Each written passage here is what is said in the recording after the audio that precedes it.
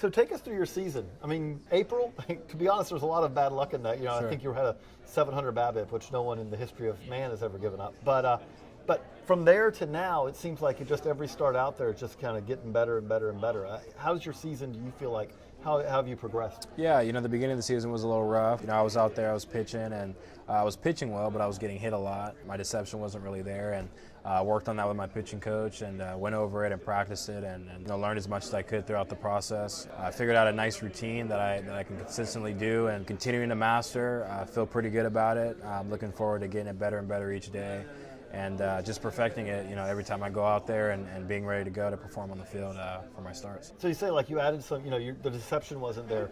What do you do to kind of, is that a little different in your turn, or what do you do to kind of make it a little harder for hitters to pick it up coming out of the hand? Yeah, there's a turn, and I try to throw.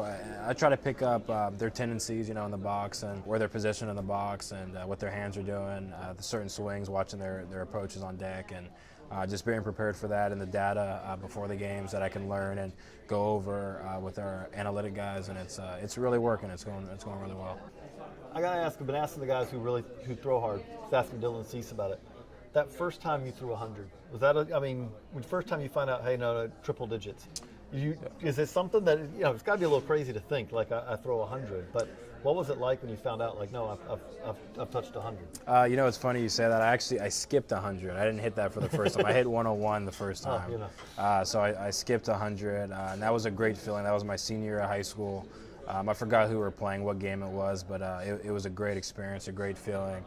To know, number one, obviously the velocity was there, but to know that I'm doing it healthy and easily too, effortlessly. And right, that's something I've always said. It comes out. It doesn't look like you're humping up to throw 100. Right, yeah, and that helps with a lot of the preparation I do with yoga, stretching, having a routine, continuing to just take care of my body, eat right, stretch right, and work out right. So that all helps for sure.